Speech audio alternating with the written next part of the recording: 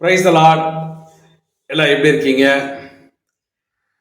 கர்த்தருடைய பெரிய கிருபையினால நவம்பர் மாதத்துக்குள்ள வந்துட்டோம். 1ஆம் தேதியை கடந்துட்டோம். 2ஆம் தேதிக்குள்ள வந்திருக்கோம். என்னடா 1ஆம் தேதிக்கு அப்புறம் 2ஆம் தேதி, நாளைக்கு 3ஆம் தேதி, இதெல்லாம் எனக்கு தெரியும். இப்போ இதை ஒரு செய்தின்னு சொல்லி நீ வீடியோ போட்டு எங்களை ஏன்டா டார்ச்சர் பண்ணுற அப்படின்னு நீங்கள் நினைக்கிறது எனக்கு கேட்குது. ஏன் இதை சொன்னேன்னா, இன்னைக்கு 2ஆம் தேதி கல்லறை திருநாள். கல்லறை திருநாள் இன்னைக்கு கிறிஸ்தவர்கள் அநேகர் இதை இன்னும் பாரம்பரியமாக அனுசரித்து கொண்டே இருக்கிறார்கள். ஆகவே கடந்த வருஷம் 3 வீடியோக்களை கல்லறை திருநாள் கிறிஸ்தவர்கள் கொண்டாடலாமா என்று பதிவிட்டேன். மீண்டும் இதை நான் பதிவிடுவதற்கு காரணம் கடைசியில் சொல்லுகிறேன். ஆக ஆர்சி திருச்சபைகளிலே இதை ஒரு விமர்சையாக கொண்டாடுகிறார்கள். சிஎஸ்ஏலையும் திருச்சபையிலும் கூட கல்லறையில் போய் சாயந்தரத்தில் போய் சபையாக போய் ஒரு ஆராதனை நடத்திட்டு வராங்க. இப்படி பல காரியங்கள் வேதத்தில் இல்லை என்றாலும் சிலர் அதை சடங்காக, மரபாக, பாரம்பரியமாக அதை செய்து கொண்டிருக்கிறார்கள். இது எனக்கு தனிப்பட்ட விதத்தில் இதில் ஒரு வேதாகமத்தின் அடிப்படையில் எனக்கு இதில் ஒரு பெரிதான ஒரு உடன்பாடு இல்லை. ஒரு சில ஆயர்மார்கள், ஆர்சி ஆயர்மார்கள் சொல்லுகிறாங்க, வேதாகமத்தில் எல்லாமே இருக்கா? ஏன்னா அதில் எழுதப்படாத அநேக அற்புதங்கள் இருக்குதே. அப்படி இருக்கும் பொழுது இதெல்லாம் திருச்சபையினுடைய தோற்றத்தில் ஏன் இதெல்லாம் ஒரு டிசைன் பண்ணி வச்சாங்க அப்படின்னா, இது ஒரு பாரம்பரியமாக இருக்கணும். நாம் செத்தவங்களுக்கு ஒரு மன்றாடி நம்ம கேட்கறது, அவங்கள நினைவு கூறுறது மறந்துடக்கூடாது. இது முன்னோர்களுக்கு நாம் கொடுக்குற ஒரு கணம், அவங்களுக்காக ஜெபிக்கிறது நம்முடைய கடமை, இறைவேண்டல் செய்தே ஆகணும் அப்படிங்கிற மாதிரி சில உபதேசங்களை அவர்கள் சொல்லுகிறார்கள். ஆக பாரம்பரியம் என்கிற ஒரு வார்த்தையை பயன்படுத்தி இதை கொண்டாடுவதாக அவர் சொல்லுகிறார். ஆனால் வேதாகமத்தை வாசிக்கும் பொழுது இயேசு ஓய்வு நாள் பாரம்பரியத்தை உடைக்கிறார், அந்த சட்டத்தையே உடைக்கிறார்.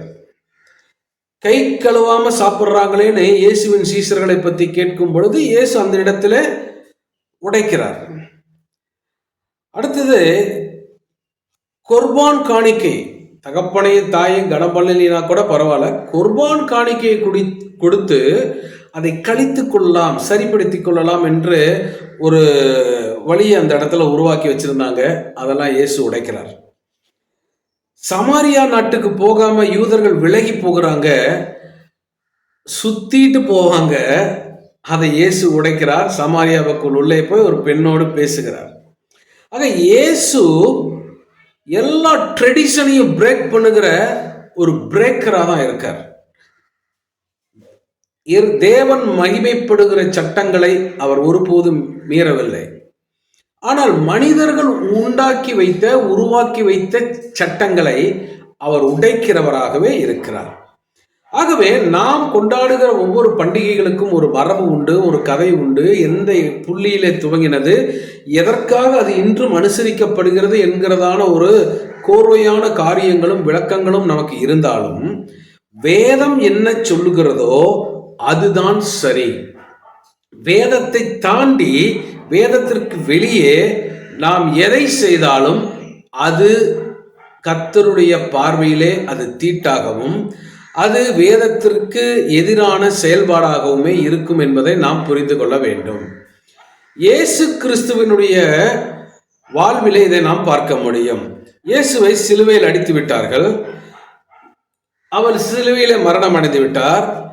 அப்போது மத்தேயு சுவிசேஷம் 27:58 60 வரைக்கும் வாசிக்கும் பொழுது, அரிமத்தியா என்கிறதான ஊரை சேர்ந்த யோசேப்பு என்கிறதான ஒரு சீஷன் பிலாத்துவினிடத்தில் போய் இயேசுவினுடைய சரீரத்தை கேட்டு வாங்கி கொண்டு வந்து, அந்த சரீரத்தை அவன் ஒரு பெரிய பணக்காரனாக இருந்தபடியினால் தன்னுடைய சரீரத்தை அடக்கம் பண்ணுவதற்காக வெட்டி வைக்கப்பட்டிருந்த அந்த கல்லறையிலே இயேசுவை வைக்கிறான் என்று சொல்லி பார்க்கிறோம். அதுல அடுத்த வார்த்தைகளை நம்ம படிக்கும் பொழுது அதை நான் வாசிக்கிறேன். 57ஆம் அதிகாரத்தில் நான் இந்த வசனத்தை நான் வாசிக்கிறேன். 58லேருந்து 60க்குள்ள வர வார்த்தை ஒன்று இப்படி சொல்லுகிறது. தான் கண்மலையில் வெட்டி இருந்த தன்னுடைய புதிய கல்லறையிலே அதை வைத்து கல்லறையின் வாசலில் ஒரு பெரிய கல்லை புரட்டி வைத்து போனான். என்ன சொல்ல வருகிறார்? இயேசுவினுடைய சரீரத்தை பெற்று அதை பாடம் பண்ணி சீலை வைத்து சுற்றி அதை கொண்டு போய் கல்லறைக்குள்ள வைக்கிறாங்க. அந்த இடத்துல சொல்றாரு, இயேசுவானவர் தான், தேவனுடைய குமாரன் தான், மனுக்குலத்துக்காக தன்னுடைய முழு ஜீவனையும் கொடுத்து ரத்தம் சிந்தி மரித்தவர் தான். அங்கே சொல்லுகிறார் அதை வைத்து. ஆக மரித்தவுடன் அதை சடலம் அதை என்று சொல்லி அங்கே எழுதி வைக்கிறார். வேதாகமம் சொல்லுகிறது, நான் சொல்லவில்லை. எடுத்து வைத்து அங்கே அடக்கம் பண்ணுகிறார்கள். அடுத்து ஓய்வு நாள், அதுக்கு அடுத்தது ஞாயிற்றுக்கிழமை வருது. இப்ப கல்லறைக்கு போறாங்க. 28ஆம் அதிகாரத்தில் 6ஆம் வசனத்துக்கு வரும் பொழுது கல்லறைக்கு போறாங்க. அவர் இங்கே இல்லை, தாம் சொன்னபடி உயிர்த்தெழுந்தார் என்று தேவதூதன் சொல்லுகிறார். பாருங்க, வெள்ளிக்கிழமை வச்சாங்க, ஞாயிற்றுக்கிழமை போறாங்க, கல்லறையில இயேசு இல்லை. இதை நம்ம உயிர்த்தெழுந்த நன்னாளாக கொண்டாடுகிறோம். நான் அதை பற்றி எந்த ஒரு கருத்தும் சொல்லவில்லை. ஏனென்றால் இயேசு உயிர்த்தெழுந்த தேவன். அவர் உயிர்த்தெழுதலின் நிமித்தமே நம்முடைய நம்பிக்கை துளித்திருக்கிறது, எதிர்காலம் துளித்திருக்கிறது. நாமும் உயிர் வருவோம் என்று ஞானஸ்தானம் பெறுகிறோம். கிறிஸ்துவின் பிரமாணங்களை நிறைவேற்ற இந்த பூமியில வாழுகிறோம். இதை நான் மறுக்கவில்லை. ஆனால் பாருங்க, 2 நாள் கழிச்சே அந்த கல்லறைக்குள்ள இயேசு இல்லையே.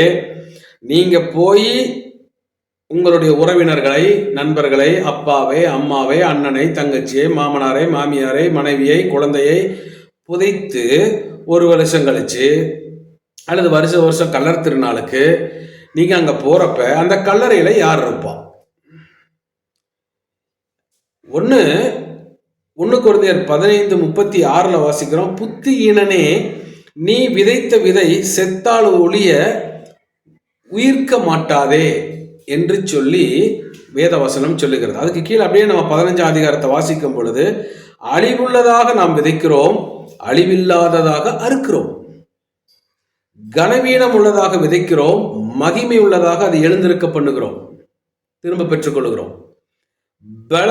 பலவீனம் உள்ளதாய் விதைத்து பலம் உள்ளதாக நாம் பெற்றுக்கொள்கிறோம் என்று இந்த பகுதி சொல்லுகிறது. ஆக இந்த மண்ணான சரீரத்தை விட்டு வான் உருவத்தில் சாயல், அதாவது விண்ணகத்தின் சாயலை பெறுவதற்காக ஒரு மனிதன் செத்த பிறகு பூமியிலே விதைக்கப்படுகிறான்.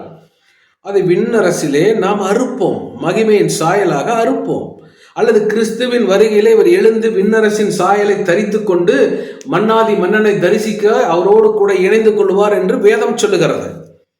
ஆக நீங்கள் விதைத்த மண்ணோடு மண்ணாய் மக்கிப்போன ஒரு உருவம் அற்ற நிலையில் இருக்கிற ஒருவரை நீங்கள் அங்கே போய் எப்படி பார்க்க முடியும்? ஒரு அறிவு சிந்தனையோடு கொஞ்சம் யோசிக்கணும். ஆக இயேசு அந்த இடத்தில் இல்லை. அதே போல புதைக்கப்பட்ட நம் உறவினர்கள் அந்த இடத்தில் இல்லை. ஆனால் நாம் என்ன செய்கிறோம்? புறஜாதியிலிருந்து ரட்சிக்கப்பட்ட அநேக வேற்று மார்க்கத்து இனத்தவர் ரட்சிக்கப்பட்ட பின்னாடி கிறிஸ்தவன் அப்படிங்கிற பெயரை மட்டும் யூஸ் பண்ணாம, நான் கிறிஸ்தவத்தில் இவன், நான் இந்த பிரிவை சேர்ந்தவன், நான் இந்த ஜாதியான்னு சொல்லி இன்னைக்கு ஒவ்வொரு ஜாதிக்காரனும் ஒவ்வொரு சர்ச் ஆரம்பிக்கிற மாதிரி, ஒவ்வொரு ஜாதிக்குள்ளேயும் தன்னுடைய மகனுக்கு பெண் எடுக்கிற மாதிரி, மாப்பிள்ளை எடுக்கிற மாதிரி, இன்னும் ஒரு சில இடங்கள்ல அந்தந்த ஜாதிக்கு சில கல்லறைகளும் கூட இருக்கிறதை பார்க்கிறோம். ஆக கிறிஸ்து பிரிந்திருக்கவில்லை. ஆனால் வெளியிருந்து ரட்சிக்கப்பட்டு வந்தவங்க முழுமையாக கிறிஸ்துவை ஏற்றுக்கொண்டார்கள். பாரம்பரியங்களையும் சடங்குகளையும் ஜாதிகளையும் பொருளாசைகளையும் விக்கிரக ஆராதனைகளையும் விட்டு விலகாமல் தங்களுக்கென்று பிடித்து வைத்திருக்கிறதை பாரம்பரியமாக கொண்டாடுகிறார்கள். ஆக உலகத்தின் வழிபாடுகளில் இருந்தவர்கள் கிறிஸ்துவை வைத்து வணங்குகின்றனர். ஆனால் அதே சடங்குதான் அன்று கருப்பு சட்டையை போட்டு செய்தார்கள், இன்று வெள்ளை சட்டையை போட்டு செய்தார்கள். அன்று பூசாரியை வைத்து செய்தார்கள், இன்று பாஸ்டரை கூட்டிட்டு வந்து செய்றாங்க. அவர் அங்கே உடுத்தி கொண்டு வந்து அவர் ஒரு வசனத்தை சொல்லி ஒரு ஜெபத்தை பண்ணிவிட்டு போய்கொண்டிருக்கிறார். ஆக கிறிஸ்தவம் எதை நோக்கி போகிறது? ஒரு விழிப்புணர்வு இல்லாதபடிக்கு போகிறது. ஏன் இதை சொல்லுகிறேன்? சென்னை மெரினா கடற்கரையிலே ஒரு தலைவருடைய சமாதி உண்டு. நான் பள்ளிக்கூட நாட்களிலே படித்துக் கொண்டிருக்கும் பொழுது அவர் இறந்து போனார். அவருக்கு அந்த இடத்துல ஒரு கல்லறை உண்டு, சமாதி உண்டு. இன்னைக்கும் சென்னை வருகிற புதிதாக வருகிற மக்கள் முதலாவது அந்த சமாதிக்கு போவாங்க. அவங்க போய் செய்யற விஷயம், அந்த சமாதி மேல இப்படி காதை வச்சு அவருடைய வாட்ச் சத்தம் டிக் டிக்கு டிக் டிக்குன்னு அடிக்குதான்னு பாக்குறாங்க. இன்னைக்கும் பாக்குறாங்க. எல்லாரும் சொல்றாங்களேன்னு நானும் போன ஒரு 10 வருஷத்துக்கு முன்னாடி அப்படி பார்த்தேன். இல்லை, என் அறிவு சொல்லுது அதை எப்பட்றா உன் வாட்சுக்கு நீ செல்லு போட்டீங்கன்னா 6 மாசம் 1 வருஷத்துல செல்லு தீர்ந்து போகுது. அதே மாதிரி என்னைக்கோ புதைக்கப்பட்ட ஒரு தலைவருடைய வாட்சு நின்று போயிருக்குமேங்கிற அறிவு எனக்கு சொன்னாலும் ஒரு ஆர்வம், எல்லாரும் பார்க்கறாங்களே நானும் போய் பார்க்கிறேங்கிற ஒரு அறிவற்ற நிலை, மூட நம்பிக்கை. இதை போலதான் கிறிஸ்தவத்துக்குள்ளாக ஒரு புறையோடி போன ஒரு மூட நம்பிக்கையும் முட்டாள்தனமும். அவர்கள் அங்கு இல்லை என்று தெரிந்தாலும் கூட தன்னுடைய அன்பை காட்டுகிறோம், அவங்களை நினைவு கூறுகிறோம், அல்லது இதை செய்யலைன்னா என் குடும்பம் ஒரு நிம்மதியா இருக்காது என்கிற நிலைக்கு தள்ளப்பட்டவர்களாக போகிறார்கள். இதுல எனக்கு என்ன ஒரு மிகப்பெரிய ஒரு வருத்தம் அப்படின்னா, விசுவாசிகள் போனால் பரவாயில்லை, அநேக ஊழியர்கள், தேவ ஊழியர்கள், வரம் பெற்ற ஊழியர்கள், பெரிய அளவில் தேவனால் பயன்படுத்தப்படுகிற ஊழியர்கள், கோட் ஷூட்டு போட்டுட்டு தோற்றமளிக்கிற மிகப்பெரிய ஊழியர்கள் கல்லறையில் போய் மாலை போட்டு மெழுகுவர்த்தி ஏற்றி அதை வீடியோவாக எடுத்து தன்னுடைய வலைத்தளங்களிலே அதை போஸ்ட் பண்றாங்க. ஆக ஒரு விசுவாசி இடறி போகிறதற்கு உன்னுடைய அறிவு அல்லது உன்னுடைய பாரம்பரியம் அல்லது உன்னுடைய புத்தியினம் ஒரு இடறுதலாக, ஒரு தடைக்கல்லாக இருக்கிறது என்பதை அந்த ஊழியர்கள் உணர்வது இல்லை. வேற்று மதத்தைச் சேர்ந்த பூஜாரிகள் அல்லது கோடாங்கிகள், சுடுகாட்டில் மந்திரவாதிகள்லாம் சுடுகாட்டில் நைட்டில் உட்காந்து மந்திரம் பண்ணி அவன் ஊருக்குள்ள பிசாசை ஏவி விட்டு அநேக மக்களை கொள்ளையடிக்கிறான், தீவினை செய்கிறான், வெள்ளி சூனியம் செய்கிறான். கிறிஸ்தவ போதகர்களை உங்களுக்கு அடக்க ஆராதனை முடிச்சாச்சு, வருஷம் போய் அங்க என்ன வேலை செஞ்சிட்டு இருக்கீங்க? செத்துப்போன ஆவிகளை அல்லது செத்துப்போன பிசாசுகளை அந்த இடத்துல நீங்க தூண்டி மக்கள் மேல ஏவியா விட போறீங்க? கிடையாதே. ஆக அவங்க விதைக்கப்பட்டிருக்காங்கன்னா, வேதத்தின் நம்பிக்கை விதைக்கப்பட்டிருக்காங்க. அவங்க விதை ஒரு நாள் முளைக்கும். எந்த ஒரு முட்டாள் கூட இன்னைக்கு விதைச்ச விதைய ஒரு மாசம் கழிச்சு எடுத்து பார்க்க மாட்டான். ஏன்னா அது மண்ணுக்குள்ள இருந்தாதான் முளைச்சு அது மேல கனி கொடுக்கும், பலன் கொடுக்கும். கிறிஸ்தவமும் ஒரு பலன் கொடுக்கிற ஒரு வாழ்க்கை. ஆனா அது புரியாமல் இன்னைக்கு ஊழியர்களும் போகிறார்கள். ஆக என்ன நடக்குது இங்க? ஆகவே செத்த ஆவிகள் அவர்களுடைய வாழ்விலே, சிலருடைய வாழ்வுக்குள்ளாக அது அவர்கள் நிம்மதியை குலைக்கும்படி, வேதனைக்குள்ளாக்கும்படி மந்திரக்கட்டுகள், மாத்திரமல்ல பலவீனங்கள், சாபங்கள் அந்த குடும்பங்களுக்குள் வருகிறதற்கு அவர்கள் கதவை திறந்து கொடுக்கிறது போல இருக்கிறது. ஆகவே அறிவு தெளிவை கொடுக்க வேண்டிய ஒளியின் பிள்ளைகளாகிய ஊழியர்களும் ரட்சிக்கப்பட்ட விசுவாசிகளும் உலகத்திற்கு ஒளியாக இருக்க வேண்டுமே தவிர இப்படிப்பட்ட செத்த கிரியைகளை செய்யக்கூடாது என்று சொல்லி பரிசுத்த ஆவியானவர் மூலமாக நான் உங்களுக்கு சொல்லுகிறேன்.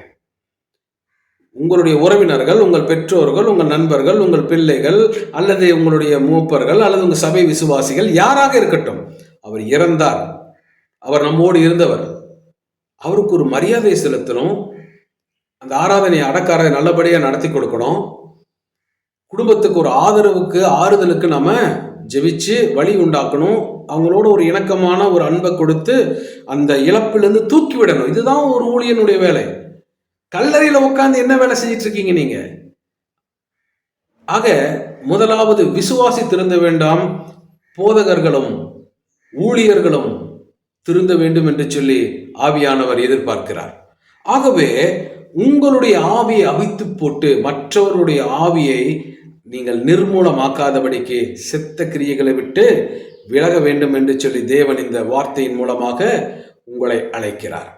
ஆகவே கல்லறை திருநாள் என்பது செத்துப்போன ஒரு கல்லறைகளை அடக்கம் பண்ணுகிற ஒரு இடத்துல நாமும் நம்முடைய உறவினர்களை, நம்மை அல்லது நான் செத்து போன என்னையும் அங்கதான் அடக்கம் பண்ணுவாங்க, அவ்வளவுதான். ஆக நம்ம வீட்டில் ஒரு போர்ட்டிக்கோ இருக்கு, அந்த போர்ட்டிக்கோல ஒரு கார் விடுற மாதிரி, அந்த போர்ட்டிக்கோல ஒரு பைக் விடுற மாதிரி நம்ம சரீரத்தை கொண்டு போய் அந்த குழிகள் விட்டுட்டோம், அவ்வளோதான். நாம் வீட்டுக்குள்ளே போயிடுறோம் இல்லையா, அல்லது வெளியே போயிடுறோம் இல்லையா, வேறு வண்டியில் கூட போகிறோம்ல, அதே மாதிரி நாம் ஒன்று கல்லறைக்குள்ளே புதைச்சிட்டாங்க, நாம் அங்கிருந்து முளைச்சி விண்ணகத்தில் உயிர்ப்பிக்கப்படுவோம், அல்லது பரதேசில் தூங்கிட்டு இருப்போம், அல்லது கிறிஸ்துவின் வருகையில் நாம் எதிர்கொள்ளுவோம், அல்லது எடுக்கப்படுகிறோம். ஏதோ நடந்துட்டு போது, விடுங்களேன். ஏன் தோண்டி தோண்டி தோண்டி தோண்டி பார்த்துட்டு இருக்கிறீங்க? தோண்டி தோண்டி பார்க்கறதுல என்ன கிடைக்க போகுது உங்களுக்கு? வருடம் முழுவதும் நல்லா ஆண்டவரை பின்பற்றுகிற எந்த ஒரு மனுஷனும் இந்த கல்லறை திருநாள் அன்னைக்கு போய் பாருங்க. அந்த கல்லறை முன்னாடி மாலையை போட்டு மெழுகுவர்த்தி ஏற்றி அவன் நின்று கையை கட்டி போய் அழுதுட்டு இருப்பான். இருக்கிற வரைக்கும் அம்மா அப்பாவுக்கு சோறு போட்டிருக்க மாட்டான், அண்ணன் தம்பிக்கு 5-10 காசு கொடுத்துருக்க உதவி இருக்க மாட்டான், கஷ்டத்தில் உதவி இருக்க மாட்டான். ஆனால் அங்கே நின்று கண்ணை தலையை தொங்க போட்டு அழுதுட்டு வருவான். ஆக இருக்கிற வாழ்வை சிறப்போடு வாழ்வோம். இறந்து போனவர்களுடைய குடும்பம் இருக்கிறது, அவர்களுக்கு ஒரு நல்ல ஆலோசனை கொடுங்க, நல்ல ஆதாரமாக இருங்க, தேவையுள்ள நேரத்தில் உதவி செய்யுங்க. அது கர்த்தர் ஆசீர்வதிப்பார். அதை விட்டுட்டு வீணா உலகத்தின் பார்வைக்காக அல்லது பாரம்பரியத்துக்காக கல்லறையில் போய் அழுதுட்டு வரதில் பிரயோஜனமே இல்லை. ஆக நாம் செய்யத்தக்க புத்தியுள்ள ஆராதனையில் ஒன்று, ரோமர் 12 சொல்கிற மாதிரி நம்முடைய சரீரங்களை பலியாக கொடுக்கறது மட்டுமல்ல, இந்த மாதிரி தீட்டுகளுக்கு நாம் விலகி இருப்பதும் புத்தியுள்ள ஆராதனையே. இதை கேட்கிற கர்த்தருடைய பிள்ளைகளே, தேவ ஆவியால் நிரப்பப்பட்ட தேவ ஊழியர்களே, கர்த்தருடைய கரத்திலே வல்லமையாய் பயன்படுத்தப்படுகிற மிகப்பெரிய தேவதாசர்களே, தாழ்மையால் கேட்கிறேன், இது போன்ற செத்த கிரியைகளை விட்டு வெளியே வாருங்கள். உங்களை ஒரு கூட்டம் பார்த்து கொண்டிருக்கிறது. உங்கள் ஒவ்வொரு நடை உடை அசைவையும் பார்த்து கொண்டிருக்கிறது. அவர்கள் இடறி போவதற்கு நீங்கள் ஒரு தடைகற்களாக இருக்க வேண்டாம். கிறிஸ்துவை மட்டுமே நாம் நம்முடைய வாழ்வில் அறிவிப்போம். கிறிஸ்துவின் சாயலிலேயே வாழுவோம். கிறிஸ்துவை பிரதிபலிப்போம். அப்போது சுவிசேஷம் நம் வாழ்விலிருந்து வெளிப்படும். கர்த்தர் உங்களை ஆசீர்வதிப்பாராக. ஆமென். God bless you.